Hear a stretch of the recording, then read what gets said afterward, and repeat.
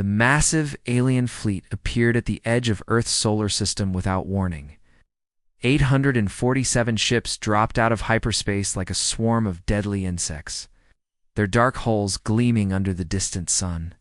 The largest vessel, a ship called the Dominator, led the formation with the confidence of a predator that had never known defeat. Admiral Krendak stood tall on the command bridge, his 4 yellow eyes moving across the glowing screens that showed him everything he needed to know. The alien commander had skin like rough leather and arms that ended in sharp claws. He had done this many times before. 23 different worlds had fallen to his fleet. 23 different species had begged for mercy before accepting their fate as slaves to the Vorthok Empire. "Sir, we have completed our scan of the system," reported his tactical officer, a younger Vorthok with eager eyes. "The humans have exactly what our intelligence predicted. 43 patrol ships, mostly small and slow, 62 defense platforms around their homeworld, all using primitive energy weapons." Krendak made a sound that might have been laughter. If it came from a human throat, instead it sounded like metal scraping against stone. 800 ships against less than 100. This will be over before the next solar cycle. The human ships looked pathetic compared to the sleek Vorthok vessels. The alien ships curved and flowed like living things. The human craft were boxy and crude. Their hulls were thick and ugly, covered in strange bumps and antenna arrays that served no obvious purpose. The humans still used chemical rockets for some of their propulsion, technology that the Vorthok had abandoned centuries ago. "Their largest ship is barely half the size of our smallest destroyer," the tactical officer continued. These weapon readings, they still use kinetic projectiles in some of their systems, metal slugs fired by magnetic rails. How primitive. Krendak studied the tactical display with the patience of someone who had conquered star systems. The humans had spread their defenses thin, trying to protect too many things at once. Their orbital platforms formed a loose shell around Earth, but there were gaps everywhere. Patrol ships moved in predictable patterns following routes that any military academy student could exploit. "Send the standard demand," Krendak ordered. "All frequencies, all languages. They have 72 hours to surrender unconditionally, or we will demonstrate why resistance is futile." The communications officer began broadcasting across every human radio frequency. The message was simple and had been translated into dozens of human languages. "People of Earth, you are now subjects of the Vorthok Empire. Surrender all military forces immediately. You have 72 hours to comply. Resistance will result in the complete destruction of your civilization." Within 2 hours, the humans responded. It was not the immediate surrender that Krendak had expected, but it was close enough. The message came from something called the United Earth Defense Council, requesting a meeting to discuss terms. They wanted to send a diplomatic shuttle to the Vorthok flagship. "They want to negotiate," the communications officer reported.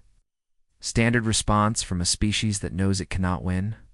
Krendak allowed himself another grinding laugh. "Of course they do. They've seen our fleet and they understand their situation.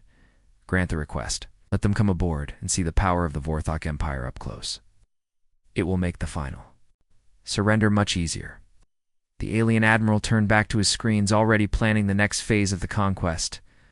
The humans would send their diplomats, probably their best negotiators and their most important leaders.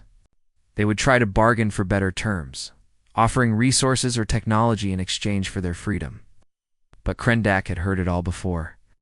In the end, they always accepted slavery over death. What the confident admiral did not notice were the subtle changes happening throughout the solar system. His sensors recorded everything, but his computers filtered out what they considered unimportant. The slight shift in electromagnetic radiation from Earth's polar regions registered as normal stellar interference. The 3 asteroids in the belt that had begun moving on, new trajectories were logged as natural gravitational adjustments. Far below the surface of Earth's moon, massive doors that had been sealed for decades began to open. Deep in the asteroid belt, rock formations that had drifted unchanged for millions of years suddenly showed signs of internal activity. On Mars, dust storms that had seemed random began forming geometric patterns, visible only from orbit. the Vorthok. Fleet maintained its position at the edge of the system, confident and patient. They had done this dance many times before. The humans would come, they would talk, they would realize how hopeless their situation was, and they would surrender. It was as predictable as the movement of planets. But this time, something was different. This time, the prey had been watching the predators for much longer than anyone realized. And this time, primitive species with their crude technology and ugly ships had been preparing for this exact moment for over 50 years. The trap was set. The hunters had become the hunted. And the Vorthok Empire was about to learn why humans had survived every extinction, event their own world had thrown at them. The human shuttle approached the massive Vorthok flagship like a tiny insect flying toward a giant spider. The small craft wobbled and jerked as it tried to match the alien ship's docking procedures. Inside the Dominator, Vorthok officers watched with amusement as the primitive vessel struggled with what should have been a simple maneuver. "Look, how they fly," one officer commented with a sneer. "Like children playing with toys they don't understand." When the shuttle finally connected to the docking bay, it did so with a loud clang that echoed through the alien ship's hull. The Vorthok crew shook their heads in disgust. These humans couldn't even dock properly. Ambassador Lee Minho stepped out of the shuttle first. And immediately it was clear that he was terrified. His face was pale and covered in sweat. His hands shook as he looked around the docking bay, taking in the advanced technology that surrounded him. Behind him, his translator Park Jisoo looked even worse. He could barely walk straight and kept grabbing onto walls for support. "Welcome aboard the Dominator," Admiral Krendak said as he approached the human delegation. His 4 eyes studied the small, weak-looking creatures with interest. "I trust your journey was... educational." "Yes, sir," Minho replied, his voice cracking with fear. "Your ship is... it's incredible. We've never seen anything like it." The Admiral led the humans through the ship's corridors, making sure they saw everything. The massive weapon systems, the advanced computer networks, the thousands of Vorthok soldiers preparing for battle. Oh. With each new sight, the humans seemed to grow more frightened and more amazed. "These energy weapons," Minho said, stopping in front of a large plasma cannon. "How do they work? How do they get through a planet's defensive shields?" Admiral Krendak smiled, showing rows of sharp teeth. "Our plasma accelerators can generate temperatures hotter than most suns. They can melt through any known material. Your primitive shields would last perhaps seconds against them. They can fire from orbit," Jisoo asked, her voice shaking, "all the way down to a planet's surface." Of course, the Admiral replied proudly. "We can crack a planet's crust from space. We can boil oceans. We can turn entire continents to glass." The humans exchanged frightened glances and whispered to each other. Minho pulled out a small device and began taking notes, his hands trembling so badly he could barely write. When they reached the command bridge, the humans' terror seemed to reach new heights. The massive room was filled with screens showing tactical displays, weapon systems, and fleet positions. Hundreds of Vorthok officers worked at their stations, coordinating the movements of nearly 900 ships. "This is impossible," Jisoo whispered, staring at the displays. "How do you control so many ships at once? How do you communicate with them all without delays?" Admiral Krendak gestured proudly at the quantum communication arrays that lined the walls. "Our technology allows instant communication across any distance. Every ship in our fleet is connected to every other ship. We think and act as one mind." "But the processing power required," Minho said, his voice full of awe. "How do your computers handle all that information?" The Admiral began explaining their tactical networks in detail, enjoying the obvious amazement of his primitive guests. He showed them how fleet movements were coordinated, how targeting systems worked, how their ships could share sensor data instantly across light years of space. The humans asked question after question, each one more detailed than the last. They wanted to know about weapon ranges, shield frequencies, engine capabilities, and crew numbers. They asked about supply lines, maintenance schedules, and command structures. Admiral Krendak answered every question with growing amusement. These creatures were so desperate to understand their situation that they were asking for a complete education in Vorthok military science. Our people must be very worried, the Admiral said finally. They sent you here to learn exactly how hopeless your situation is. Yes, sir, Minho replied, wiping sweat from his forehead. Our leaders need to understand what we're facing. They need to know why resistance would be ... futile. And now you know, Krendak said with satisfaction. Your kinetic weapons cannot penetrate our shields. Your chemical rockets cannot outrun our ships. Your primitive computers cannot match our coordination. Your children playing with sticks while we wield the power of stars. Our people will need time to accept this reality, Minho said carefully. Perhaps another 48 hours to convince them that surrender is the only option. The Admiral considered this request. It was reasonable. The humans had seen the power of the Vorthok Empire firsthand. They understood their situation now. 2 more days would give them time to convince their leaders and their people that resistance was suicide. Granted, Krendak said magnanimously. 48 hours, but no longer. After that, we will begin our demonstration, as the humans prepared to leave. They thanked the Admiral repeatedly for his patience and his willingness to show them the truth. They bowed deeply and spoke of the honor of meeting such a great military leader. What Admiral Krendak did not realize was that Lee Minho's shaking hands were not caused by fear. The trembling was actually his nervous system processing and transmitting massive amounts of data through microscopic implants. Every question the humans had asked was designed to map critical systems throughout the Vorthok fleet. Every frightened glance was actually a detailed scan of alien technology and Park. Jasu's apparent weakness was caused by the enormous mental strain of running complex analysis programs in her enhanced brain, programs that were already identifying weaknesses in systems that the Vorthok thought were invulnerable. The prey had just finished studying the predator. The 72 hours had passed. Admiral Krendak stood on the bridge of the Dominator, watching the countdown timer reach 0. No message had come from Earth accepting surrender. The humans had made their choice, and now they would face the consequences.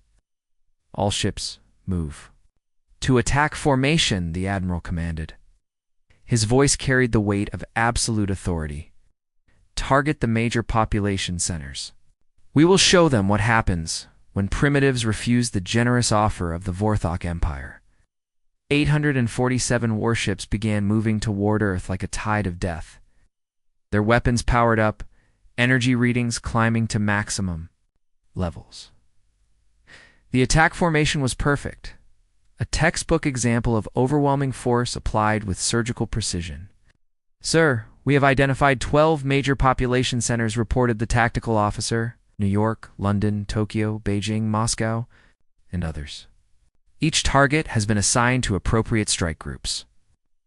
Admiral Krendak nodded with satisfaction. Begin the demonstration bombardment. Destroy one city completely. The others will serve as motivation for immediate surrender. The fleet moved closer to Earth, their plasma cannons charging with deadly energy. The human defense platforms looked even more pathetic up close. Tiny specks of metal scattered around the planet like worthless toys.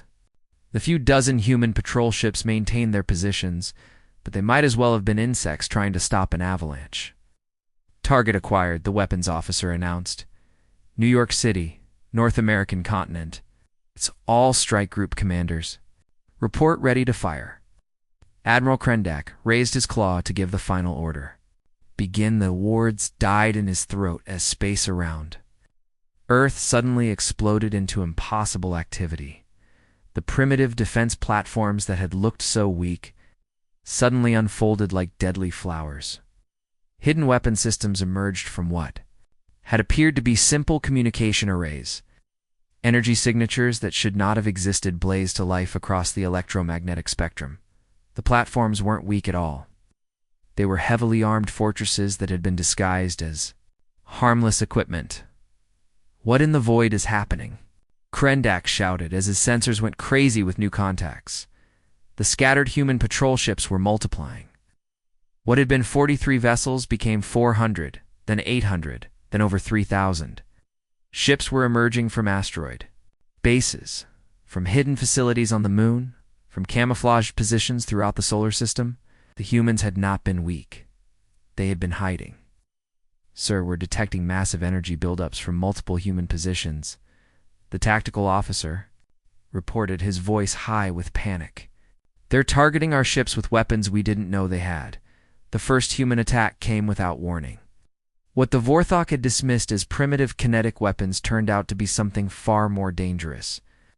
Metal projectiles moving at incredible speeds, accelerated to a significant fraction of light speed, slammed into Vorthok shields with the force of nuclear weapons. Impossible.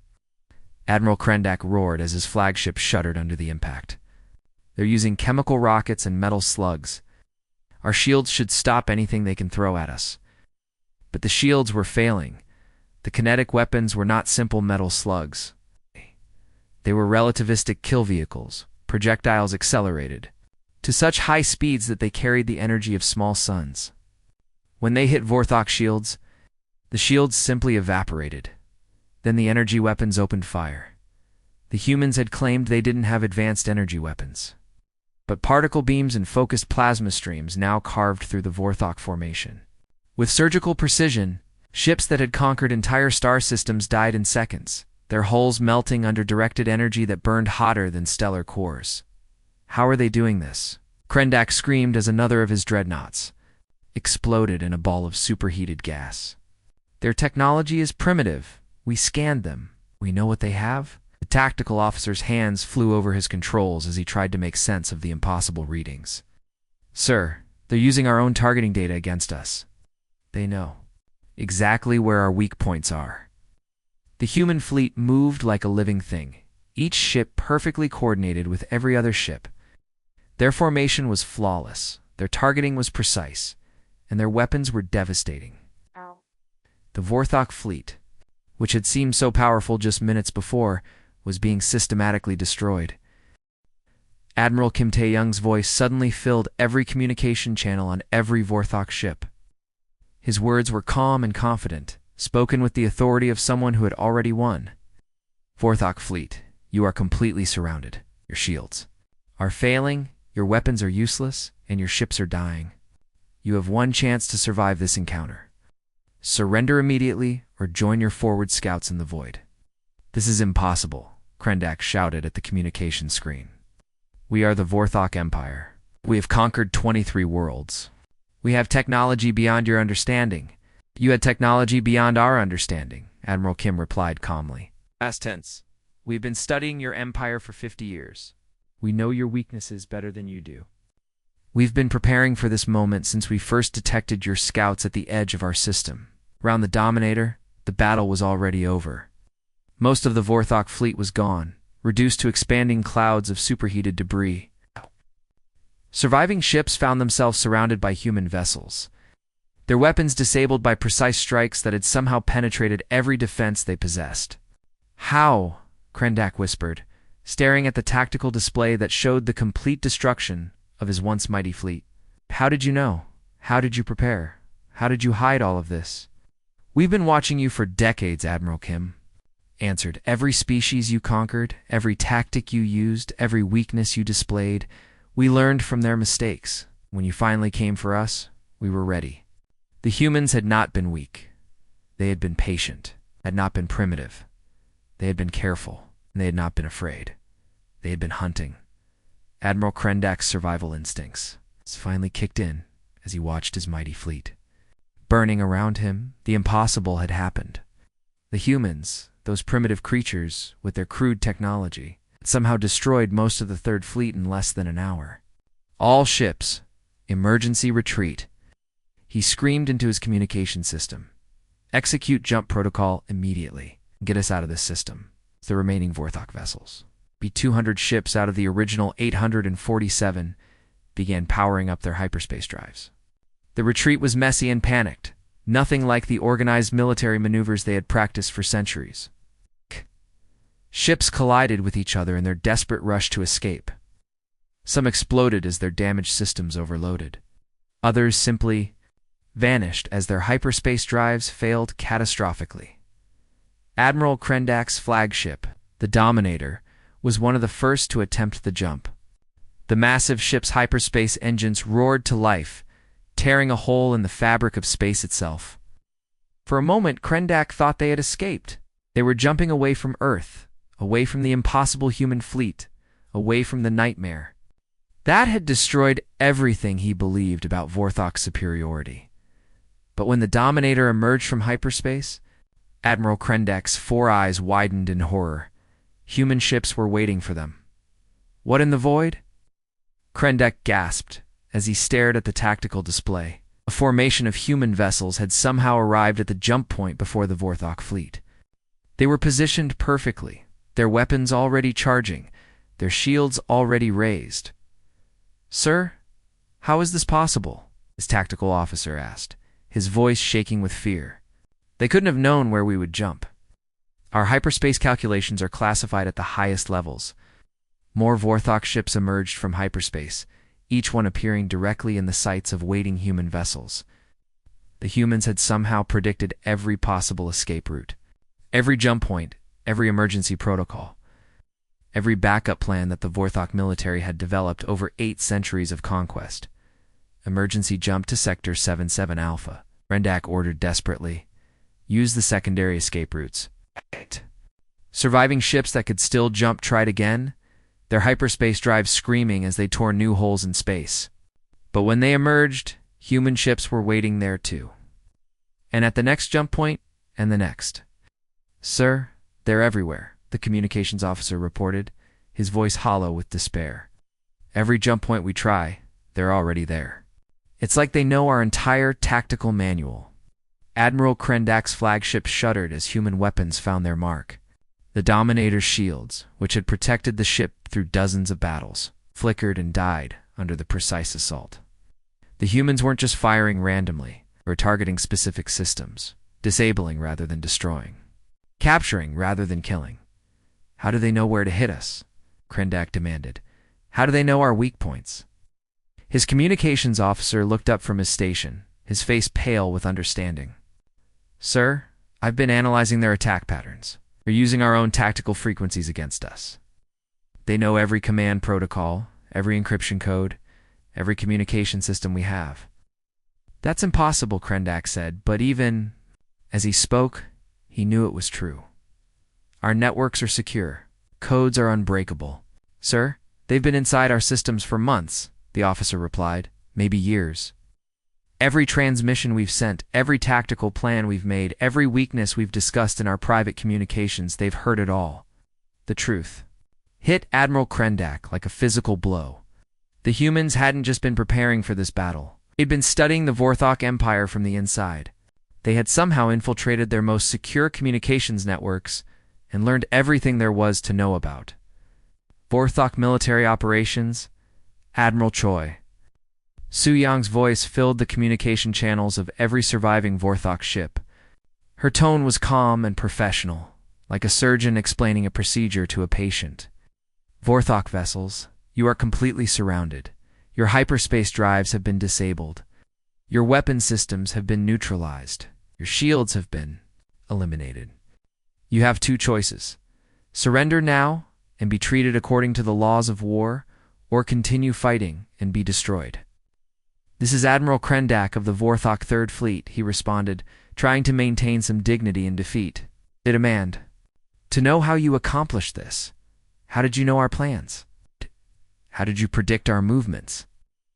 "We've been watching your empire for 50 years, Admiral Choi replied.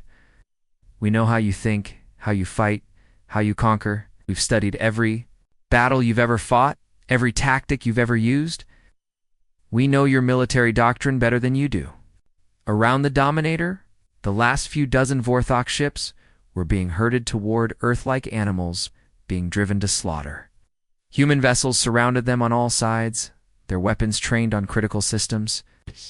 The Vorthok crews, who had conquered 23 different worlds, now faced the impossible reality of being captured by a species they had dismissed as primitive. "Your tactics are 800 years old," Admiral Choi continued. "They worked against species that had never seen them before. But we've had decades to analyze your methods and develop countermeasures. Every move you made was predicted. Every strategy you attempted was anticipated." One by one, the surviving Vorthok ships powered down their weapons and surrendered. The Third Fleet, pride of the Vorthok Empire, had been completely destroyed or captured in less than 4 hours. Admiral Krendak found himself in the detention bay of a human flagship. Staring at the plain metal walls of his prison cell, for 8 centuries, the Vorthok Empire had been the dominant military force in this part of the galaxy. They had conquered worlds, enslaved species, and built an empire that stretched across dozens of star systems. And now it was over. Destroyed by a species they had underestimated, outmaneuvered by creatures they had dismissed as primitive, defeated by an enemy they had never bothered to truly understand, the hunters had become the hunted. And the age of Vorthok dominance was ending. 6 months had passed since the destruction of the Third Fleet. Admiral Krendak, no longer an admiral of anything, sat in a comfortable chair in what the humans called a detention facility. It felt like a prison.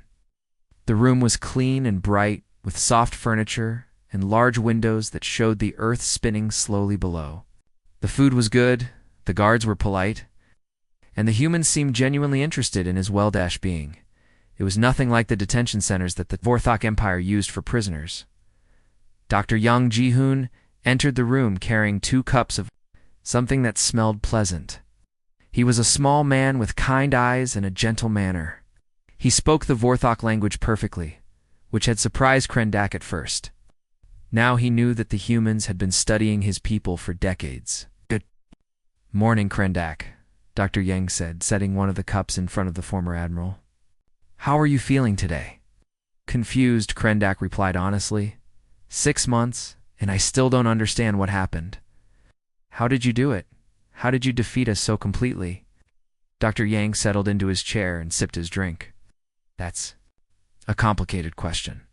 But I think the real problem is that you still don't understand what kind of species you tried to conquer. You're primitives, Krendak said, though the words sounded hollow even to him.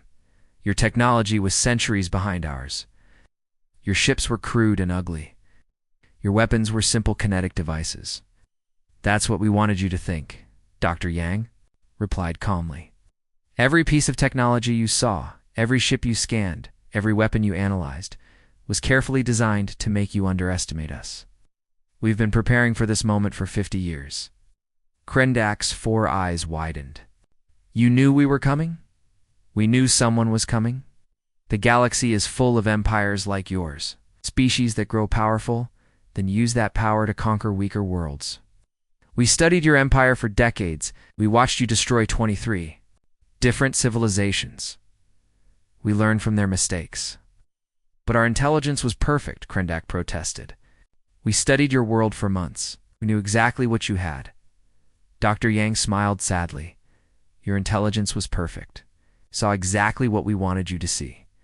Those crude patrol ships were actually advanced vessels with their real capabilities. Hidden, those weak defense platforms were heavily armed fortresses with cloaking technology. Those primitive weapons were some of the most sophisticated systems ever built. Impossible, Krendak whispered. We scanned everything. Our sensors are the best in the galaxy. Your sensors are very good, Dr. Yang agreed. But they were designed to detect technology similar to your own. We built our systems to appear primitive to your scanners while actually being far more advanced. We wanted you to think you were attacking a helpless world. Krendak stared out the window at the Earth. Below, you set a trap. The entire solar system was a trap. The entire solar system was a fortress, Dr. Yang corrected. We've been building defenses for 50 years. Hidden bases, concealed weapons, secret shipyards. When you arrived, you weren't looking at a primitive world. You were looking at the most heavily defended system in this part of the galaxy. But why? Krendak asked. Why go to so much trouble? Why not just build a normal fleet and fight us openly? Because we studied your tactics, Dr. Yang explained. Every battle you ever fought, every world you ever conquered, you always won because you had superior numbers and superior technology. But what if you fought an enemy that was even more advanced?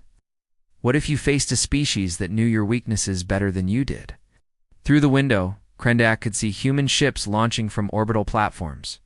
Dozens of vessels, sleek and powerful, heading out toward the stars. Where are they going? To the worlds your empire conquered, Dr. Yang said quietly. to offer them freedom, to give them the technology and knowledge they need to defend themselves. Going to attack our empire? We're going to liberate it, Dr. Yang replied. Every world that was forced to join the Vorthok Empire will be given the choice to leave. Every species that was enslaved will be offered freedom. Every civilization that was destroyed will be helped to rebuild. Krendak felt a chill run through his body. The Empire will fight you. We have thousands of ships, dozens of fleets. We won't give up our conquests easily. We know, Dr. Yang said. That's why we've been preparing. 7 of your fleets have already tried to rescue the 3rd fleet. 7 fleets have been captured or destroyed. Your empire is learning what we learned 50 years ago, that there are always bigger predators in the galaxy. What about me? Krendak asked. What happens to me? That depends on you, Dr. Yang replied. You can stay here, safe and comfortable, for the rest of your life. Or you can help us understand your empire better. Help us find ways to free your victims without unnecessary bloodshed. Help us build a better future for everyone. Krendak looked out at the human ships, disappearing into the darkness of space. Each one carried the power to destroy entire fleets. Each one represented the end of everything the Vorthok Empire had built. Why should I help you destroy my own people? Because your people don't have to be destroyed, Dr. Yang said gently. The Vorthok Empire was built on conquest and slavery. But the Vorthok people can be part of something better. They can learn to live in peace with other species, can contribute to the galaxy instead of dominating it. And if they refuse? Dr. Yang's expression grew sad. Then they'll learn what every other species learned when they refused to submit to the Vorthok Empire. But we hope it won't come to that. We hope they'll choose a better path. Krendak sat in silence for a long time, watching the Earth turn. Below, the humans had won. Not just the battle, but the war. The age of Vorthok dominance was over. A new age was beginning. The question was whether his people would be part of that new age, or whether they would be destroyed by it.